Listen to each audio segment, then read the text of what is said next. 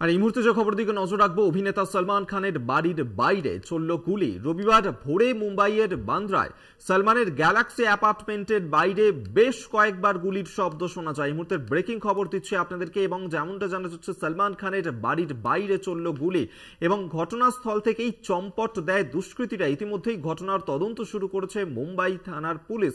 আপনাদেরকে আরো একবার জানিয়ে রাখবো যে অভিনেতা সলমান খান তার বাড়ির বাইরে চলল গুলি। তার যে গ্যালাক্সি অ্যাপার্টমেন্ট রয়েছে সেই গ্যালাক্সি অ্যাপার্টমেন্টের বাইরেই বেশ কয়েকবার গুলি চালানোর শব্দ শোনা যায়। মুম্বাইয়ের বান্দ্রাতে সলমানের অ্যাপার্টমেন্টের বাইরেই বেশ কয়েকবার গুলি চালানোর শব্দ শোনা যায়।